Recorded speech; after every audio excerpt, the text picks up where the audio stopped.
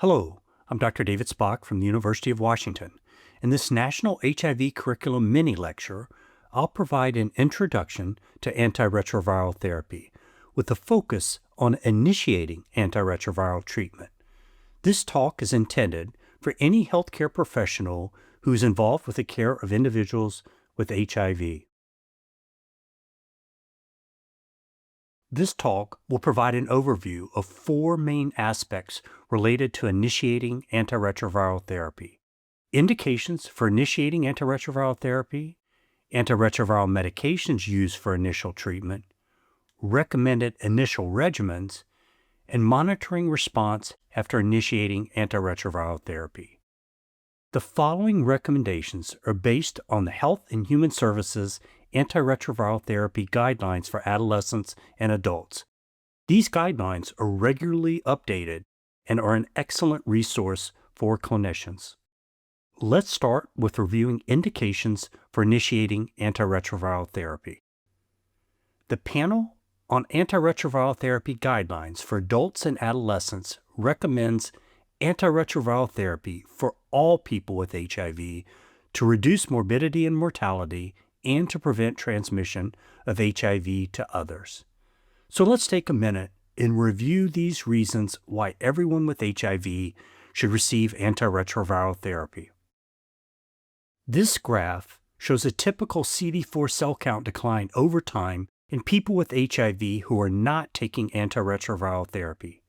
When the CD4 count decreases to less than 200, this represents severe immunodeficiency and correlates with a significant risk of developing AIDS-related complications and death. Thus, it's important to treat with antiretroviral therapy to preserve immune function and to prevent the development of severe immunodeficiency. If immunodeficiency is already present at the time HIV is diagnosed, antiretroviral therapy can help restore immune function. In people with HIV, even those with a high CD4 cell count, HIV creates abnormal immune activation and inflammation. This is also sometimes referred to as immune dysregulation. The consequence of this is an enhanced risk for myocardial infarction, stroke, and cancer. Treatment with antiretroviral therapy reduces the risk of these complications, but some elevated risk remains even with effective antiretroviral treatment. Antiretroviral therapy has been extraordinarily effective in preventing sexual transmission of HIV, including among same-sex couples and heterosexual couples. Multiple studies have shown that people with HIV who are receiving antiretroviral therapy and consistently have undetectable plasma HIV RNA levels do not transmit HIV sexually to others. This concept is frequently referred to as undetectable equals untransmittable. Thus, treatment with antiretroviral therapy benefits the person with HIV and has tremendous public health benefits. Before diving into the specific antiretroviral regimens that are recommended for initial therapy, I'd like to review the main classes of these medications with an emphasis on the classes that include medications typically involved with initial therapy. This illustration shows the complex HIV life cycle and the antiretroviral therapy medication classes, including entry inhibitors, reverse transcriptase inhibitors, capsid inhibitors, Integrase strand transfer inhibitors, protease inhibitors, and capsid inhibitors. For initial antiretroviral therapy, the medication classes that are most important are the Integrase strand transfer inhibitors and the reverse transcriptase inhibitors. Less often, the protease inhibitors play a role in initial therapy. To have a basic understanding for the medication classes used in initial therapy, it's important to understand the three HIV proteins that function as enzymes: reverse transcriptase, integrase, and protease. These enzymes each play a key role in viral replication. The function of these enzymes is blocked by antiretroviral medications. Let's take a closer look now at each of the key medication classes involved in initial therapy, beginning with the nucleoside reverse transcriptase inhibitors, which are commonly referred to as NRTIs. The NRTIs work at the step in the HIV life cycle known as reverse transcription.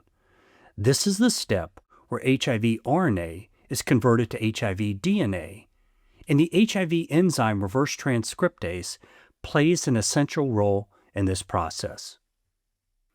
During reverse transcription, the reverse transcriptase enzyme orchestrates the insertion of the host cell nucleotides into the newly forming strand of HIV DNA.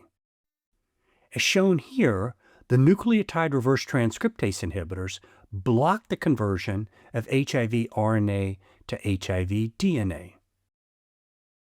More specifically, the nucleoside reverse transcriptase inhibitors compete with the host cell nucleotides for a slot into the elongating strand of HIV DNA. The nucleoside reverse transcriptase inhibitors mimic the host cell nucleotides, but they lack a specific 3' hydroxyl component that is necessary for the addition of another nucleotide.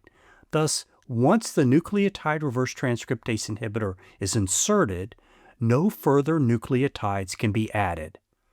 This process is referred to as chain termination. Now let's look at the Integrase strand transfer inhibitors, which are referred to as INSTIs for short. The Integrase strand transfer inhibitors work at the step in the HIV life cycle known as HIV integration. This is the step where newly formed HIV DNA is stitched into the human DNA. The HIV integrase enzyme is essential for this process to occur. After HIV DNA is formed, the HIV integrase enzymes attach to each of the ends of the newly formed HIV DNA. The HIV integrase enzymes catalyze reactions, as shown here, that open up the strands of the host DNA. After the host DNA is open, the HIV integrase enzymes splice the HIV DNA into the host DNA. When this is complete, the HIV integrase enzymes drop off. The integrated HIV DNA is referred to as proviral DNA, and it is permanently a part of the human DNA. The integrase strand transfer inhibitors block the integration of the HIV DNA into the host cell DNA. The mechanism for integrase strand transfer inhibitors involves binding to the essential catalytic region of the HIV integrase enzyme, which prevents the enzyme from opening up the host DNA. These medications thus prevent the transfer of the strand of HIV DNA into the host DNA, hence the name Integrase strand transfer inhibitors. The last medication class to discuss is the protease inhibitors. These medications are commonly referred to as PIs. The HIV protease inhibitors work very late in the viral life cycle, primarily after the newly forming virion has left the cell.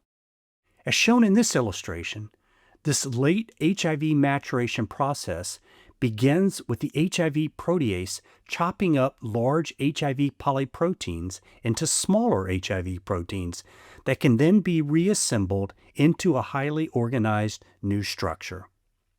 The HIV protease enzyme systematically cleaves these large proteins at specific sites in the exact same order over and over again.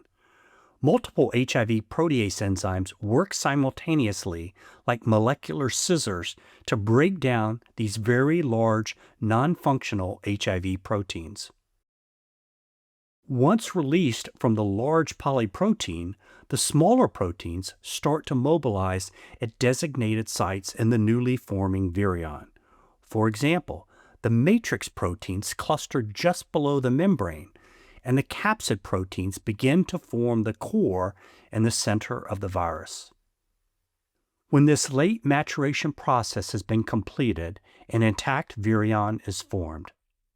As shown on the left, the HIV protease inhibitors bind in the central region of the two HIV subunit protease proteins. This essentially causes a jamming up of this protease molecular scissors, which, as shown on the right, prevents the breaking down of the long strands of polyproteins late in the HIV life cycle. Now that we have reviewed the main classes of medications and how they work, let's turn to a discussion of specific recommendations for antiretroviral medications used for initial therapy in people with HIV. For every person who's newly diagnosed with HIV, a drug-resistant genotype should be ordered before starting treatment. To guide the baseline drug resistance testing, we need to know whether the individual has ever received long-acting injectable cabotegravir for HIV pre-exposure prophylaxis, or PrEP. As shown here, if there has been no prior receipt of cabotegravir, a standard genotypic drug resistance test should be ordered at baseline. If, however, a person has previously received cabotegravir, then baseline drug resistance testing should include both a standard and an Integrase drug resistance test. For individuals with no prior receipt of long-acting injectable cabotegravir for HIV PrEP, the preferred initial therapy consists of an Integrase Strand transfer inhibitor plus either 2 or 1 nucleoside reverse transcriptase inhibitors. The Integrase Strand transfer inhibitor, or INSTI, is referred to as the anchor drug because it carries the weight of the regimen, whereas the nucleoside reverse transcriptase inhibitors, or NRTIs, are referred to as the backbone of the regimen because they provide the necessary support for the anchor drug. There are several highly effective regimens that are recommended for initial therapy in persons who have not received cabotegravir. Options for an INSTI plus 2 NRTIs include the single-tablet regimen bictegravir, tenofovir alafenamide, emtricitabine, or a 2-tablet option, dolutegravir plus one of the tenofovir formulations combined with either emtricitabine or lamivudine. The INSTI plus 1 NRT option is the single-tablet regimen dolutegravir lamivudine. This last option, dolutegravir lamivudine, is used much less often, and it's contraindicated if a baseline HIV RNA level is greater than 500,000 copies or the patient has active hepatitis B virus infection. In addition, this last 2-drug option should not be used if the results from the baseline drug resistance genotype are not yet available. In clinical practice in 2026, the single-tablet bictegravir, tenofovir alafenamide, emtricitabine, or BIC-TAF-FTC, is the regimen most often chosen for initial antiretroviral therapy. The next most common option is the 2-tablet regimen of dolutegravir plus tenofovir alafenamide emtricitabine, dolutegravir plus TAF-FTC. Both of these regimens are highly effective, typically well tolerated, and have a very high genetic barrier to drug resistance. In addition, both of these regimens are very convenient, taken once daily with or without food. Further, these regimens have an excellent safety profile and overall have very few drug interactions. It's truly amazing how far treatment has advanced. Some individuals with newly diagnosed HIV will have a prior receipt of long-acting injectable cabotegravir for HIV PrEP.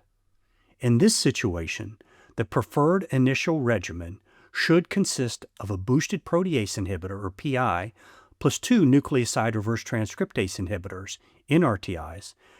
Darunavir should be used as the PI, and it must be pharmacologically boosted with either cobicistat or ritonavir. A single-tablet regimen is available that consists of darunavir, cobicistat, tenofovir alafenamide, emtricitabine. So to summarize, initial antiretroviral therapy is stratified based on whether the person newly diagnosed with HIV has any prior use of long-acting injectable cabotegravir. As shown on the left, for those without a history of cabotegravir, the approach is most straightforward. order a standard genotype at baseline, and start an INSTI-based regimen, usually an INSTI plus 2 NRTIs. As shown on the right, for those with a history of prior cabotegravir use, the baseline testing should include both a standard genotype and an integrase resistance genotype, followed by initiation with boosted darunavir plus 2 NRTIs. For these individuals, if the drug resistance testing does not show integrase resistance, the boosted darunavir regimen can be switched to an INSTI-based regimen. After initiating antiretroviral therapy, it's extremely important to monitor the decline in HIV RNA levels to determine the virologic response to therapy. Although changes in CD4 cell count help gauge the immune response to treatment, they do not provide the same type of immediate feedback that HIV RNA levels provide. For a person who starts taking antiretroviral therapy, the HIV RNA levels should be checked every 4 to 8 weeks until less than 50 copies per ml. The graph shown here, which is a log scale graph, illustrates a typical response to a recommended regimen. The goal of achieving an HIV RNA level less than 50 copies per ml is usually obtained within 3 to 4 months after starting treatment, often even sooner. If a major decline in HIV RNA levels does not occur in the first 4 to 8 weeks, it likely would indicate a problem with medication adherence. Less often, this could occur due to unexpected substantial baseline drug resistance. After the HIV RNA levels decline to a level less than 50 copies per ml, the interval for monitoring can be expanded to every 3 to 4 months for the first year of treatment. If the HIV RNA levels subsequently increase to a level above 50 copies per ml, more frequent monitoring may be needed, along with further evaluation for medication adherence and possible drug resistance, especially if this level increases to a level above 200 copies per ml. So let me conclude by summarizing 5 key takeaway points from this mini lecture about initiating antiretroviral therapy. First, antiretroviral therapy is recommended for all people with HIV, both for the individual's health benefit and to prevent transmission of HIV to others. Second, initial antiretroviral therapy uses combination therapy. Third, the choice of initial antiretroviral therapy regimens should be stratified based on whether the person has previously received long-acting injectable cabotegravir. Fourth, the most frequently used initial treatment consists of an Integrase Strand transfer inhibitor, either bictegravir or dolutegravir, plus 2 nucleoside reverse transcriptase inhibitors. And last, after starting treatment, monitoring of the HIV RNA levels should be done every 4 to 8 weeks until the level declines to less than 50 copies per ml, and then monitoring can occur less frequently. I hope this mini lecture has provided you with a sound introduction to antiretroviral therapy. Thank you.